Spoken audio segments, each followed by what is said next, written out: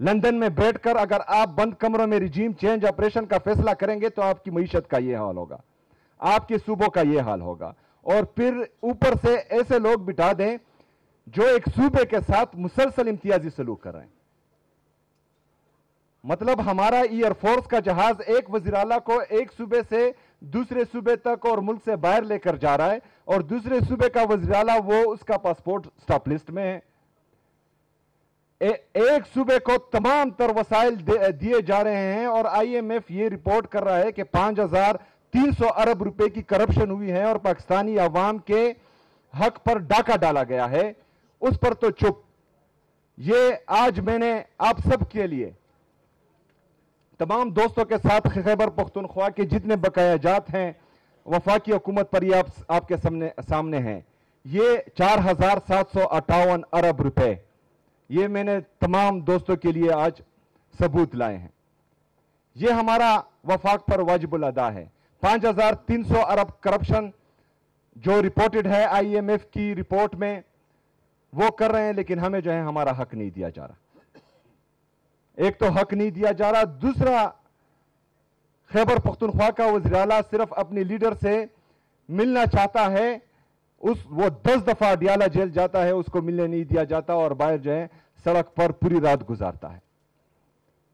یہ کہاں کی جمہوریت ہے؟ یہ کہاں کی انسانیت ہے؟ یہ کہاں کی سیاست ہے؟ اس کے ساتھ ساتھ خود ہی پریس کانفرنس کرنے بھی آ جاتے ہیں کہ ہمارا لیڈر، ہمارا قائد جناب عمران خان صاحب کہتے ہیں یہ نیشنل سیکیورٹی رسک ہے۔ او بے وقوفوں، یہ نیشنل سیکیورٹی رسک نہیں ہے، یہ آپ کی نیشنل سیکیورٹی کی ضمانت ہے عمران خان صاحب، یہ آپ کی نیشنل انٹیگریٹی کی ضمانت ہے، یہ آپ کی پولیٹیکل اور اکنامک سٹیبلٹی کی ضمانت ہے۔ آپ کیوں نہیں سمجھ رہے کہ پاکستانی قوم اگر آپ سے نالاں ہے اور آپ سے نفرت کرتی ہے تو صرف ایک رجیم چینج آپریشن کے بعد اپنا گراف دیکھیں، اس لیڈر کے لیے لوگوں کی محبت دیکھیں دل میں۔ 8 فروری کا ریزلٹ جو آپ لوگوں نے چینج کیا ہے اور کسی اور کے کاتے میں ڈال دیا ہے، پتہ تو ہے نا، معلوم تو ہے کہ آپ لوگوں نے کیا کیا ہے، ذرا وہ ریزلٹ دیکھیں کہ لوگوں کی پلس کیا کہتی ہے، لوگ چاہتے کیا ہیں۔ اس طرح کے فیصلوں سے پاکستان اگر پہلے آپ لوگ کرتے تھے تو وہ سوشل میڈیا کا دور نہیں تھا، آج سوشل میڈیا کا دور ہے۔ ہمارے کاشف عباسی صاحب نے باتیں کی صحافیوں پر پابندیوں کے اور ہمارے میڈیا چینلز پر پابندیوں کی۔ آج کل تو سوشل میڈیا کا دور ہے، کیا کیا چھپاؤ گے؟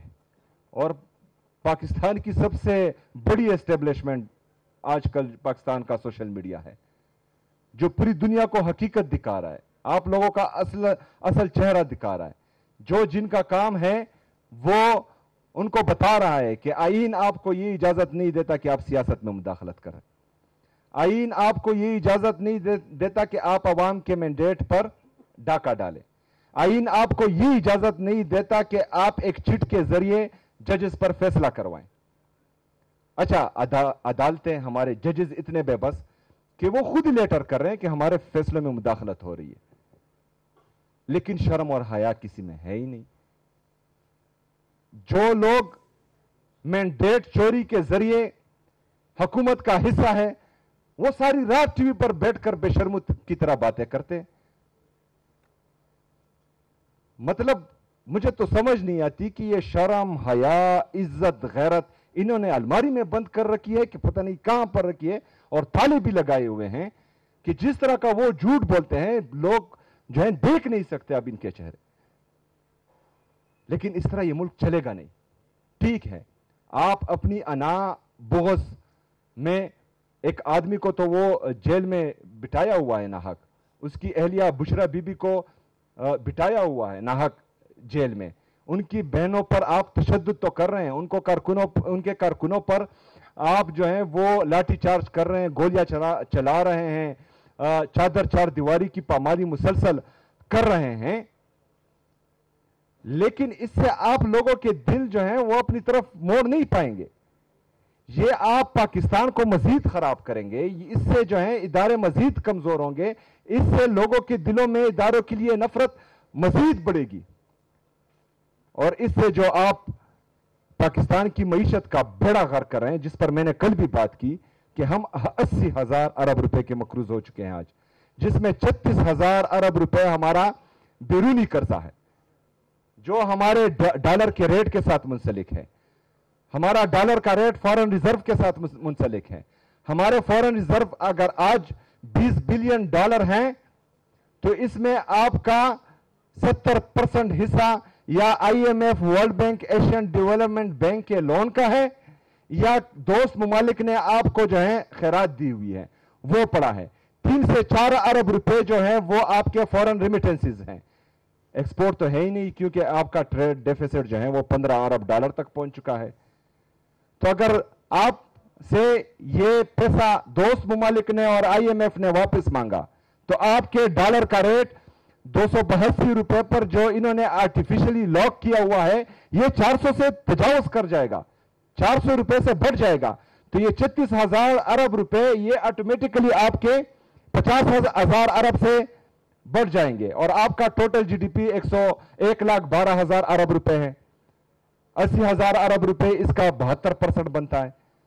جب یہ آپ کا بیرونی قرضہ 50,000 ارب روپے سے بڑھے گا تو آپ کا ملک دیوالیہ ہو جائے گا. پھر آپ کہاں جائیں گے؟ آپ کا ڈیفنس کا بجٹ کہاں جائے گا؟ آپ کو جو ہے یہ 5,300 ارب روپے کا آئی ایم ایف کا رپورٹڈ جو آپ کرپشن کر رہے ہیں, آپ کے پیٹ کہاں سے بھریں گے؟ ملک تو دیوالیہ کر چکا ہوگا.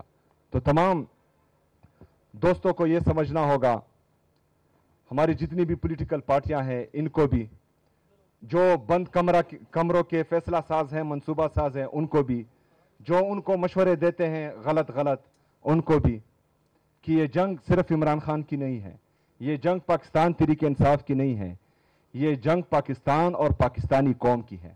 یہ جنگ ہمارے آنے والے بچوں کی مستقبل کی ہے, اور اس میں صرف اور صرف عمران خان نے ٹیکہ نہیں اٹھایا ہوا کہ اس کا اور اس کا خاندان قربانی دے گا.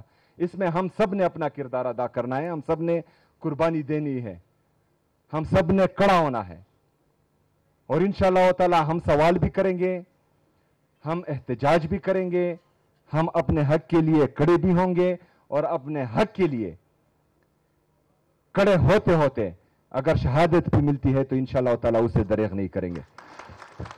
میں تحریک آئین تحفظ پاکستان تحریک تحفظ آئین پاکستان اور ہمارے جتنے بھی باقی پولیٹیکل پارٹیز یہاں آئی ہیں ان سب کو یہ یقین دلاتا ہوں کہ پاکستان میں جمہوریت کی بحالی کے لیے,